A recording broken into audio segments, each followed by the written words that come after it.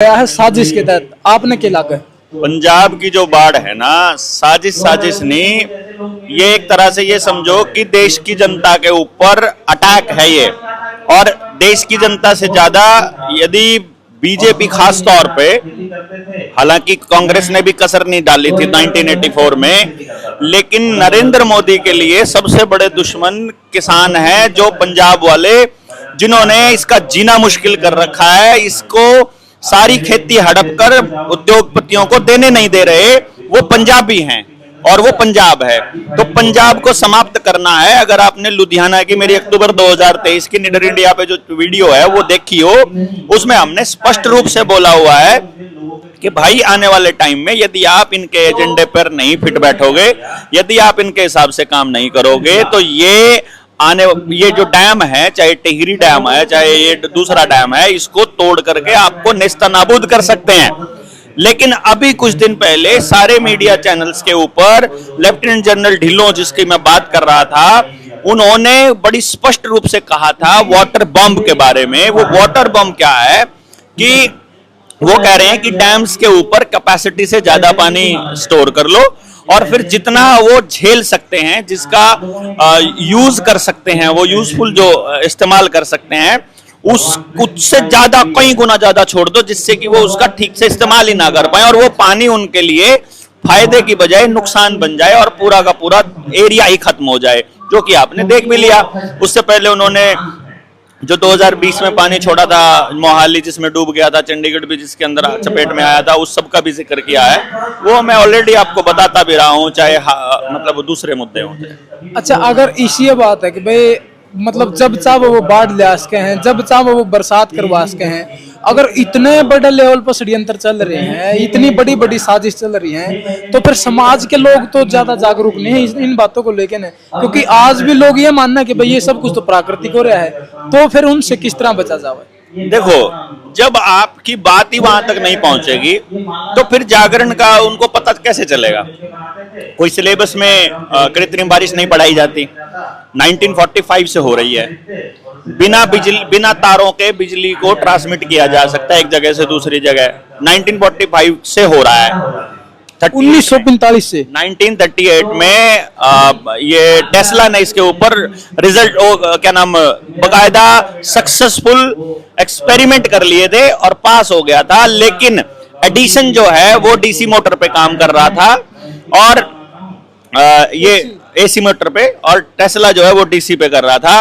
और इसी टाइम पर जितने भी ये थे, क्या कहते हैं जिसको, तांबा था, वो जमीन में मिला। अब तांबे का इंडस्ट्री, बड़ी इंडस्ट्री अगर खड़ी करनी है, तो तांबे की इंडस्ट्री का जो कॉन्ट्रैक्ट था वो रॉकफेलर फाउंडेशन के पास था। रॉकफेलर फाउंडेशन ने टेस्ला की सारी रिसर्च को छुपा करके, फिर टेस्ला को साइडलाइन करके, और फिर ये एसी ट्रांसमिशन का गेम बिछाया और इसमें तांबे को इस्तेमाल किया, फिर एल्यूमिनियम को किया, फिर लोहे को किया। जब तक जमीन के सारे और इस्तेमाल होने लगे तब तक उनको प्रॉफिट होता रहा। ये अब हो रहा है, जब पूरी जमीन के सारे और खत्म हो जाएंगे, अब वायरलेस टेक्नोलॉजी जो टेस्ला ने दी थी वो अब आ जाएगी। तो मतलब एक जगह से दूसरी जगह अगर बिजली पहुंचानी है, इलेक्ट्रिसिटी पहुंचानी है, तो तारों की कोई जरूरत नहीं। आपको पहले अगर कोई कह देता कि साउंड के लिए भी तारों की जरूरत नहीं है, तो आप पहले तब ना मानते। अगर अपने बड़े बुजुर्गों को कोई उस टाइम पे जवानी में बोल देता 1980 के दशक में कि दादा आने वाले टाइम में ऐसा एक जूत सा आ जाएगा, जिन्हें जेब में डालोगे तो उसमें टेलीविजन दिखेगा, तो उन्होंने कहा क्यों छोरे पागल बना हुआ है, बिना एंटीने के क्यों करो होगा। बात यह है कि ये हो रहा है, ये हो चुका है, इसके ऊपर रिसर्च हो चुकी है, प्रैक्टिकल वो कर चुके हैं। और नया जो शब्द है लाइफाई, आज तक तो नहीं सुना होगा किसी ने, अब मैं बताने लग रहा हूं, आने वाले टाइम में सुन लियो। लाइफाई, ये जो लाइट की जो एलईडी है, जो ये सफेद एलईडी है, इनका जो डायोड है वो आपके मॉडेम का काम करेगा।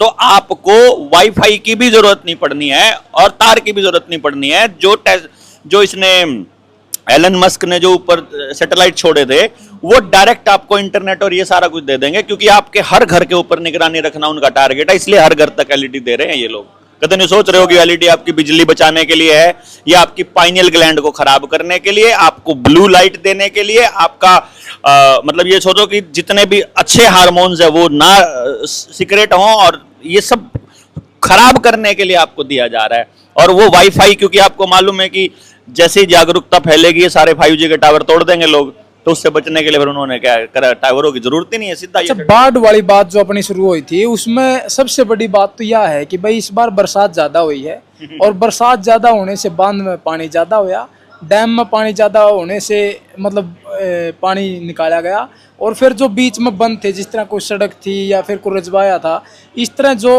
आड़ लगा रहे थे वो सारे टूटे और फिर गांव के गांव तबाह हुए। हाँ, जिस तरह से अहमदाबाद के अंदर प्लेन क्रैश हुआ, उसमें जो पायलट था उसने उसने पेट्रोल की टूटी बंद कर दी और फिर वो अपने आप जाकर बैठ गया और फिर उसने एक्सीडेंट में मारा गया। जुगर नहीं हुआ, नहीं न्यू हो गया। ले जो कर तुम कहोगे न्यू मान लेंगे, जो करूँगा कहूँगा न्यू मान लेंगे, जो कर मीडिया कहोगे मान लेंगे, हम क्या मान लेंगे?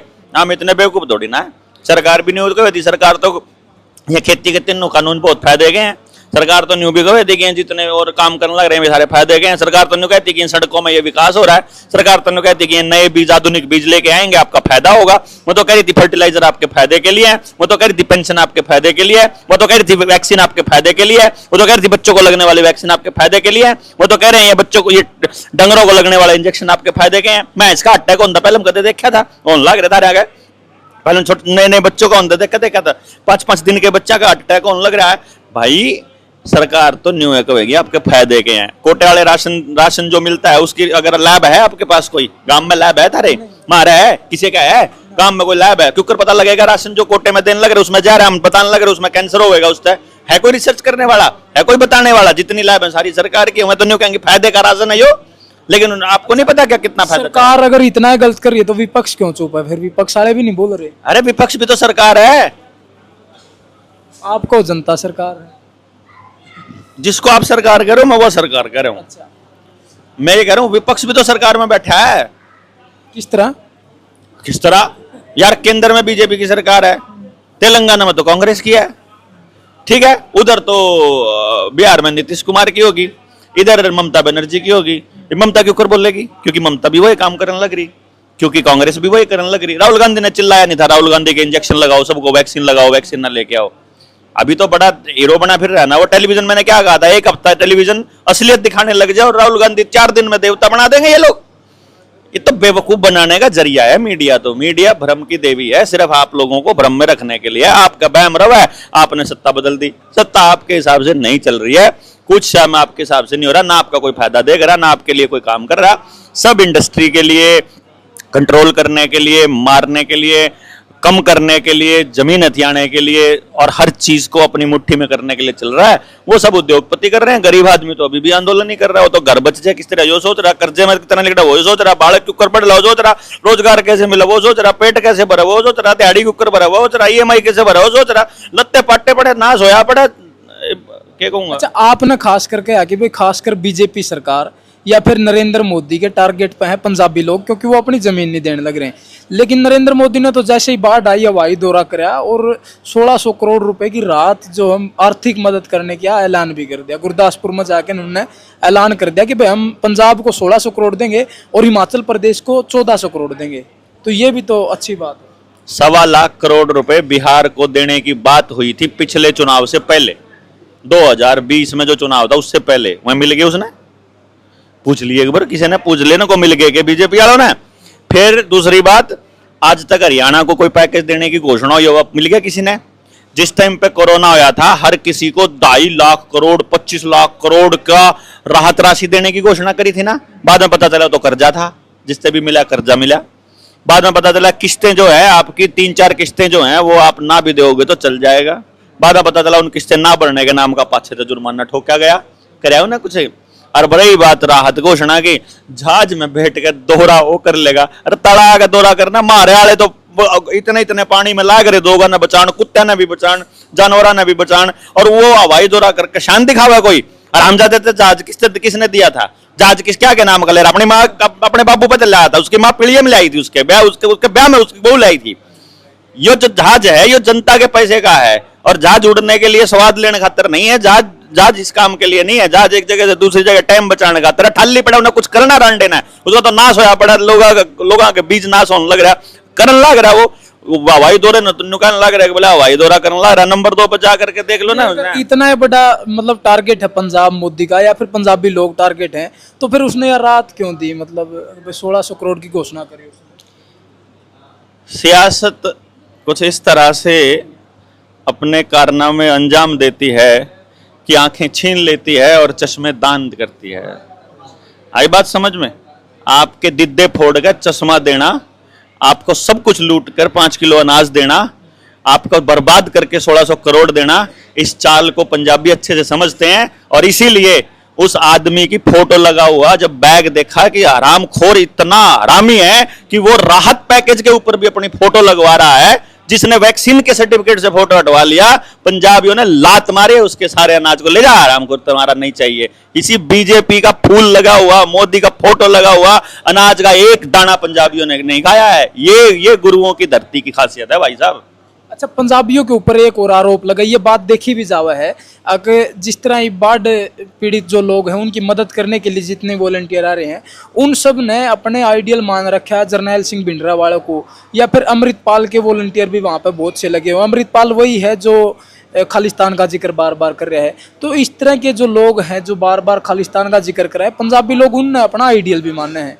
तो ये बात कहाँ तक ठीक है? देखो भाई, ना तो आपने भिंडरवाला को पढ़ा, ना मैंने पढ़ा, ना जो बीजेपी के कुतरू जो भिंडरवाड़ा के खिलाफ कैंपेन चलाते हैं उन्होंने पढ़ा, ना किसी और ने पढ़ा। भाई अगर सिख जो हैं, सिख कौम संत बोल रही है भिंडरवाड़ा को, तो कोई और उसको खालिस्तानी क्या बोल रहे हैं? यार खालिस्तान क्या होता है? खालिस का मतलब तो निग्गर हो है ना, असली मानस, असली मानसा की जगह। वो ये थोड़ी कह रहे हैं अगर भाई हमारा अलग प्रदेश कर दो, वो थोड़ी कह रहे हैं, वो तो न्यू कह रहे हैं कि तुम लोग हमारे को इस तरह से ट्रीट करोगे कि तुम हमारे को असली मानते ही नहीं, तुम हमारे को इस देश का मानते ही नहीं, तो तुम हमारे को अलग क्यों नहीं कर देते? वो ये थोड़ी कह रहे हैं कि हम तुमसे अलग होना चाहते हैं। वो तो आपसे ये कह रहे हैं, हम भी तो कह रहे हैं, हम तो अपने गांव में कह रहे हैं कि सरकार का कोई आदमी घुस ना जाए, वो तो हम भी कह रहे हैं। कल को हमारे को भी नक्सली बोल देना तुम लोग, कल को ये इनको बोल देना कि ये हमको भी गुंडा बोल देंगे। कल ये किसान जब बॉर्डर पर बैठे अपने हक की मांग रहे थे, इनको भी तो कह रहे थे कि ये लोग भी यही है। किसी ने कुछ भी बना देने का मतलब, किसी के खिलाफ कुछ भी प्रचार कर देने का कोई मतलब थोड़ी होता है।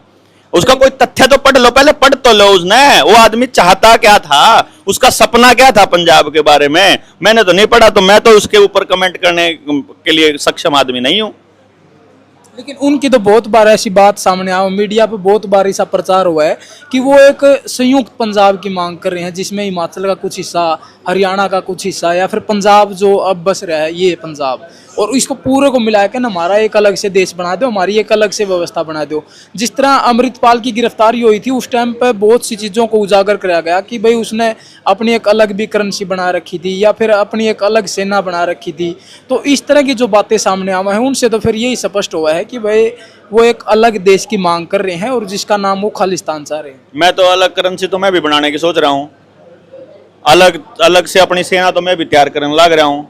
कह दो हम तो कह देंगे, वो ये तो क्या है, अब एक आदमी ने कह दिया यार यार तो बम बनाए जाए, तो मानस नहीं बम का हम तो कि यो ये बम बराबर है, या ये आदमी हमारी सेना है तो यह सेना हो जाएगी, मतलब करता आ जाएगा यार। खाम खाई कड़ी होते किसे होगी, कुछ हो सुनकर ना कोई हो कुछ हो कह दे, तो इसका मतलब सच्ची थोड़ी मान लेंगे। आप क्यों चाह रहे हो कि भाई एक अलग करेंसी हम बनाओ, एक अलग अपनी सेना बनाओ, या फिर आदमी बम जैसे तैयार क्यों करना चाह रहे हो आप? मेरे पास कोई रास्ता नहीं है। मुझे ये दिखाई दे रहा है कि मेरा स्कूल मेरे बच्चे के दिमाग को खराब कर रहा है, मुझे ये दिखाई दे रहा है कि मेरा अस्पताल मेरे बच्चे को बीमार कर रहा है, मुझे ये दिखाई दे रहा है कि मेरी न्याय व्यवस्था मुझे लूटने का काम कर रही है और पीटने का काम कर रही है। मेरा सारा तंत्र मुझे बर्बाद करने पे लगा है। मेरा धर्म मेरे समाज में जहर फैला रहा है। अगर मुझे ये दिखाई दे रहा है कि मेरा धर्म का मतलब जो सत्ता द्वारा चलाया गया धर्म, मैं अगर ये देखूं कि भाई मेरी राजनीति जो है वो सब लोगों को लूटने का काम कर रही है, तो जब मुझे ये सारी चीजें दिखाई दे रही हैं कि ये सारा तंत्र एक दूसरे को खराब कर रहा है, तो मुझे ऐसे लोगों के बीच कैसे रहना है। और जब मुझे पता चले कि इनका जो रुपया है और बैंकिंग है या पूरी फ्रॉड है, तो जब वो जवाब नहीं देंगे तो मैं क्या करूं, कहां जाऊं बताओ। मैंने चिट्ठी लिख ली, बोल लिया, आवाज उठा ली, चिल्ला लिए, 4 साल हो गए, 5 साल हो गए, कोई राह नहीं दे रहा, कट जाऊं भाई। फिर हमने न्यारे छोड़ दो भाई, हमने अपने हिसाब से जी लेने दो। हमारा गांव अपने हिसाब से जी लेगा। गांव, मेरे गांव में खेत खेड़ा खाप के हिसाब से हम अपना प्लान बना लेंगे, वरना नहीं जरूरत है थारी, सरकार की जरूरत ही नहीं है। तो जब सरकार की जरूरत नहीं है, वो कह रहे हैं भारत, उसको कहते हैं केंद्र सरकार, हम कह रहे हैं सरकार तो जनता है, तो दो देश अपने आप ही हो गए। एक वो जो केंद्र सरकार अंग्रेजों वाली सरकार को सरकार मानता है, दूसरा वो जो जनता को सरकार मानता है।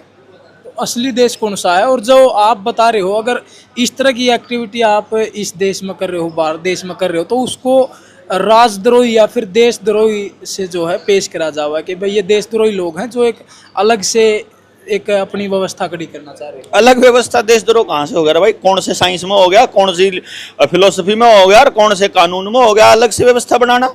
हमें तुम्हारा मेडिकल फैसिलिटी नहीं चाहिए, हमें तुम्हारा रुपया नहीं चाहिए, हमें तुम्हारा ये सिस्टम नहीं चाहिए, हम व्यापार से नहीं चलने वाले, हम व्यवहार से चलने वाले हैं, हमें नहीं चाहिए। तो इसका ये कैसे मतलब हो गया कि हम लोग देशद्रोही हो गए हैं?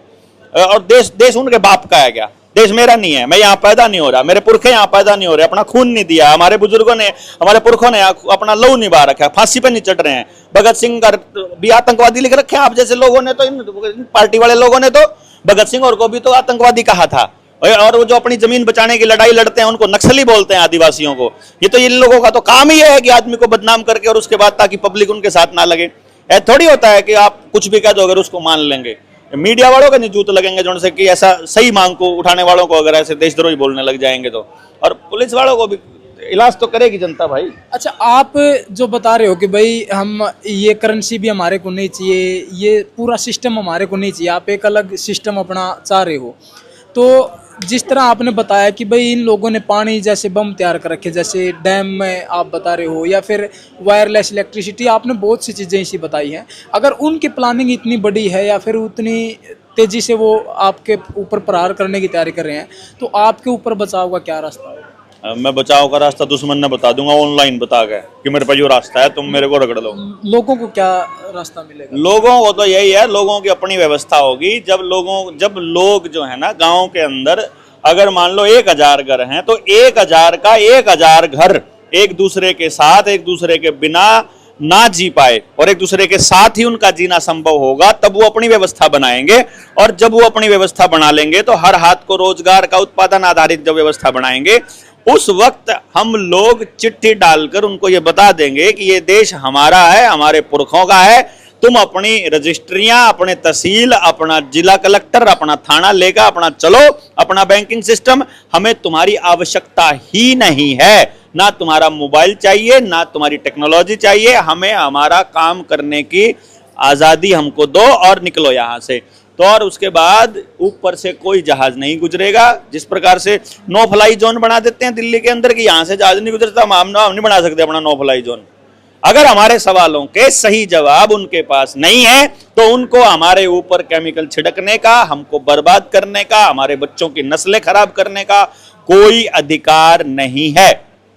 इस तरह की जो बात करने वाले लोग, जैसे आपने बताया, इस तरह मतलब बात सुनने बहुत मिले हैं ये समाज में कि भाई इस तरह की बात करके न लोग सिर्फ एक एमएलए की कुर्सी ले ले हैं, एमपी की कुर्सी ले ले हैं, या फिर मुख्यमंत्री बन गए, जिस तरह केजरीवाल दिल्ली में बना, उनने भी इसी तरह की बातें रखी लोगों के बीच में, और फिर एक सत्ता पाके न वो अपने मतलब कानी कट करी और अपने स्वार्थ में वो लीन हो जावे हैं। तो फिर इस बात की क्या श्योरिटी रहोगी कि भाई आप समाज के लिए काम करोगे या फिर आपने भी कोई सत्ता का लालच? हमारी कोई श्योरिटी नहीं भाई, 1% भी श्योरिटी नहीं, कोई गारंटी नहीं। यहां से जाने के बाद अगला कदम उठेगा कि नहीं उठेगा इसकी गारंटी कोई लेंदा हो तो मैं अपनी गारंटी ले लूंगा। अगले पल का किसी को पता थोड़ी है यार। खाम खाई की बात कर रहे हैं, आज बात करके हम समाज को यही बता रहे हैं भैया तुम्हारी ये व्यवस्था खराब है, ये व्यवस्था ठीक है, ठीक व्यवस्था करनी है। मन के मिलेगा इससे तन्ने की दिक्कत है भाई। नहीं, आपने मतलब आपके मन में है कुछ हिसाब, भाई मैं एमएलए बन जाऊं, एमपी बन जाऊं, मुख्यमंत्री बन जाऊं, या कभी ख्याल आंदा हो मन में अगर भाई नरेंद्र मोदी को किनारा करके मैं प्रधानमंत्री भी बन जाऊं? एक एमएलए बनने के लिए 20 डेडिकेटेड लोगों की आवश्यकता होती है, लगभग 20 मात्र, सिर्फ 20 लोग, सिर्फ 20 डेडिकेटेड लोग जो उसके लिए अपने जिंदगी के महीना 2 महीना लगा सकते हो। इससे ज़्यादा की गुंजाइश नहीं है एमएलए बनने की। और मेरे पास सैकड़ों की संख्या में साथी 2018 में मौजूद थे, तो मुझे एमएलए बनना होता मैं 2019 के चुनाव में बन लेता। 2024 तक भी बहुत मौके आए हैं और 2029 में देख लियो, ना शौक 34 में देख लियो, कदे तो देख लोगे। मन ने किए बेरा भी भाई मैं क्या करूँगा क्या नहीं करूँगा। मतलब कभी ख्याल आवा मन में कि भाई इस तरह पे? आ लिए जा लिए ख्याल, आके जा लिए। अच्छा, तो जो ईब आप जिस तरह अब रात का समय है और आपकी ये ट्रेनिंग चल रही है, 47वीं ट्रेनिंग है, जुलाना में आप बैठे हो, रात के 9-10 के करीब समय भी हो रहा है, तो मतलब दिन रात इतनी भाजा दौड़ है, ये किस लिए? अपनी नस्ल और अपना बीज बचाने के लिए, जिसके लिए कोई भी जानवर मर जाता है। अभी जंगल जलाए, जब जंगलों में आग लगाई, उस वक्त पक्षी अपने घोंसलों के, अपने अंडों के ऊपर बैठे बैठे जल गए, उन्होंने अपना बीज नहीं मरने दिया। शेर जब आता है तो हिरनी शेर के आगे आगे खड़ी हो जाती है कि मेरे बच्चे को मत खिला। जब कोई तेंदुआ बच्चे को, चीता जब बच्चे को उठा के ले जाता है, तो छत्तीसगढ़ में एक माँ अपने 3 साल के बच्चे को बचाने के लिए आधा घंटा तक चीते से संघर्ष करके अपने बच्चे को बचा लाती है। ये लड़ाई मेरा बीज बचाने की है, और मेरा बीज तब बचेगा जब बाकी सबका बचेगा, डंगरों का बचेगा, खेत का बचेगा, और वो तब बचेगा जब हमारे में समझ पैदा होगी। और जब समझ पैदा होगी तो हम आगे कुछ बढ़ पाएंगे। उस समझ को बताने के लिए, इन लोगों से जुड़ने के लिए, एक दूसरे को समझने के लिए, एक दूसरे को समझाने के लिए हम लोग बैठे हुए हैं। अच्छा, जिस तरह आप बताते आए हो कि भाई हमने तो ये पहले ही बता दिया था, जिस तरह आपने इस वीडियो में भी जिक्र करा कि मेरी अक्टूबर 2023 की वीडियो देख लेना लुधियाना वाली, तो इस वीडियो में भी कुछ हिस्सा बता दो आप कि भाई आगे आने वाले टाइम में ये होने वाला है, कुछ करंटली जो होने वाला है, या फिर अभी कुछ ही दिनों में घटित होने वाला, आपको कुछ ऐसा प्रतीत हो रहा हो कि आगे ये होगा जिससे लोग बच सकें, और फिर ऐसा कुछ होने वाला है तो उससे किस तरह बचा जा सके, ये बता दो आप। देखो, जो फाइनल गोल है वो ये है कि एक वर्ल्ड गवर्नमेंट बनाने की तैयारी चल रही है, जिसमें वर्ल्ड गवर्नमेंट के अंदर जो कमान है वो नरेंद्र मोदी को दी जाने का प्लान है। कारण क्या है कि इस देश के अंदर 100 करोड़ से ज़्यादा लोग हैं, और वो 100 करोड़ से ज़्यादा लोग सारे भावना में बहने वाले लोग हैं। उन भावना में बहने वाले लोगों को कंट्रोल करने के लिए, उनकी भावना को कंट्रोल करने के लिए एकमात्र रास्ता बचता है कि वो ऐसे लोग देख लें, वो ये खेल देखें कि भैया इन लोगों को कैसे लपेटा जाए। भारत को विश्व गुरु बनाने का सपना ऐसे लोग दिखाई रहे हैं। लोग भावना में कह रहे हैं कि पूरे देश का नेतृत्व करेंगे, एलियन अटैक की खबरें आएंगी, ब्लू बीम टेक्नोलॉजी आएगी, नाटो जो कि यूनाइटेड नेशन का एक अंग है, वो पूरी दुनिया के अंदर अपने बेस बनाएगा। इंडिया में बेस कैंप कश्मीर में बनना है, इसीलिए 370 तोड़ी गई है लिथियम भंडार अडानी को सौंपने के लिए, और नाटो की आर्मी का बेस वहां बनाने के लिए। नाटो जब अपनी सेना के साथ युद्ध अभ्यास कश्मीर में करेगा, तो उस अभ्यास के दौरान कुछ गड़बड़ें होकर के कुछ चीजें चाइना के साथ टेंशन बढ़ेगी। टेंशन चाइना और भारत का जब युद्ध होगा तो विश्व युद्ध की तरफ पूरी दुनिया जाएगी। उस विश्व युद्ध के बहाने यहाँ के लोगों को मिसाइल दाग दाग के मारा जाएगा। पंजाब जो कि बर्बाद पानी से नहीं हुआ है, वो युद्ध के नाम पे बर्बाद किया जाएगा। इधर से आप सब लोग, साइबर अटैक आएगा, साइबर अटैक की खबरें आप खूब पढ़ोगे, आपके खाते खाली हो जाएंगे और आपका कर्जा न्यू का न्यू खड़ा रहेगा। तो और सारा एग्रीकल्चर फाइनेंस अडानी को दिया जा चुका है। इधर से आपके बच्चे बेरोजगार होकर के रोजगार मांगने के लिए सड़कों पे उतरेंगे, उनको सड़कों पे उतरने पर उपद्रवी बना दिया जाएगा और उनके ऊपर गोलियां बरसा दी जाएंगी और उनको आतंकवादी बना करके देश के अंदर गृह युद्ध जैसे हालात लाए जाएंगे। जिस प्रकार से आरएसएस का अभी एक कार्यकर्ता मिला था, वो मंदिर के अंदर बीप फेंकता हुआ पकड़ा गया था, उस जैसे कार्यक्रम होंगे जिसमें नफरत फैला करके हिंदू मुसलमान के अंदर करके देश को सांप्रदायिकता के उसमें धोखा जाएगा। सारे जो प्राकृतिक संसाधनों है उस पर कब्जा करने के लिए जेलों, सारे के सारे जंगलों के ऊपर कब्जा किया जाएगा और गांव के अंदर जीना इतना मुश्किल हो जाएगा कि आप लोगों के आसपास या तो कोई डंपिंग यार्ड मिलेगा, या कोई फैक्ट्री मिलेगी, या कोई शुगर मिल मिलेगा, या इतना ट्रैफिक होगा, या सड़कें खराब हो जाएंगी, या पानी खराब हो जाएगा, या धूल मिट्टी ज्यादा उड़ेगी, या न्यूक्लियर पावर प्लांट होगा, या थर्मल पावर प्लांट होगा, या राखी आएगी, या वहां पर कोई और चीज होगी जिसकी वजह से आपका जीना मुश्किल हो जाएगा। फिर आपको गांव से विस्थापित किया जाएगा और उसके बाद ये सारी की सारी जमीनों पर कब्जा करेंगे। देश के अंदर भूखमरी के हालात लाए जाएंगे, जहां पर पानी की जरूरत है वहां पानी नहीं मिलेगा, जहां पानी की जरूरत नहीं है वहां जरूरत से ज्यादा पानी आएगा, उसके बाद फसलें खराब हो जाएंगी, आपको बांझ बीज दिए जाएंगे, फसलें जब नहीं होंगी, अनाज खेत में गांव के किसान के पास कुठले में नहीं बचेगा, अनाज मांगने के लिए अडानी के वहां जाएगा तो अडानी के वहां बंदूक लिए हुए अग्निवीर मिलेंगे जो रिटायरमेंट के बाद आकर के बंदूकें चलाना सीख चुके होंगे और प्राइवेट कंपनी ले चुके होंगे। अडानी की प्राइवेट कंपनियां होंगी, अंबानी की प्राइवेट सिक्योरिटी कंपनियां होंगी, उन्हीं के हाथ में बंदूक होगी और उसी के हिसाब से लोगों के ऊपर गोलीबारी होगी। कोई भी बोलेगा उसको मार दिया जाएगा, सोशल मीडिया बैन होगा, आपको हेल्थ के नाम पर आपको ऐसे इंजेक्शंस दिए जाएंगे जो आपको नशे में रखेंगे, आपके बच्चों को रोजगार के नाम पर एक किलो आपको 5 किलो अनाज या फिर एक ब्रेड का पैकेट दिया जाएगा, उन्हीं को ढोने के लिए, यहाँ कार्गोज को ढोने के लिए एलिवेटेड हाईवेज बनाए गए हैं, ट्रेनों को ढोने के लिए एक एलिवेटेड ट्रैक बनाया गया। और क्या बताऊं यार, ये तो बहुत लंबा है, ये तो लंबा चलता रहेगा। एक 2020-21 में किसान आंदोलन चला दिल्ली के बॉर्डर पे, उसमें से एक चेहरा निकल के सामने आया, राकेश टिकैत, किसान नेता के तौर पे बहुत मीडिया ने उनको प्रमोट किया और ईब खबरें आने लग रही हैं कि उनने एक 108 देशों की कोई कमेटी बनी और उसके अध्यक्ष के तौर पे, यानी दुनिया इंटरनेशनल लेवल पर उनको अध्यक्ष के तौर पर चुना गया। 108 देशों का नेतृत्व वो करेंगे। क्या इस तरह के जो मतलब कार्यक्रम होने लग रहे हैं कि भाई 100 देशों की एक कमेटी बनाई गई और उसका अध्यक्ष उस किसान नेता को चुना गया जो पूरे 2020-21 वाले आंदोलन को लीड कर रहे थे, ये भी उसी एजेंडे का हिस्सा हो सकता है? किसने कहा कि राकेश टकैत जो है वो आंदोलन को लीड कर रहा था? ये किसने कहा? 13 दिन के बाद आया था वो तो, उसको तो मीडिया ने चेहरा बनाया था, उसको तो चैनलों ने चेहरा बनाया था, उसको तो नरेंद्र मोदी ने चेहरा बनाया था, वो तो राजनाथ सिंह का खास आदमी है। उसको चेहरा किसने बनाया था? वो आंदोलन को लीड करने वाला राकेश टिकैत कहाँ से आ गया? वो तो कहीं संयुक्त किसान मोर्चे की मीटिंग में भी नहीं था, वो तो अपने गन्ने की रेट मांगने के लिए आया था, वो किसानों आंदोलन थोड़ी लड़ने आया था, वो तो बहती गंगा में हाथ धोने के लिए आया था। ऐसे पहले तो स्टेटमेंट ठीक करो अपनी, एक एक और लीड कर रहा था, वो लीड नहीं कर रहा था।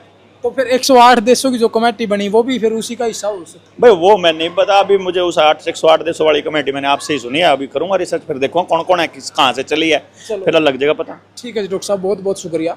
तो फिलहाल आपने लाइव जो है डॉक्टर देवेंद्र बल्हारा को सुना है और इनके विचारों को लेकर आप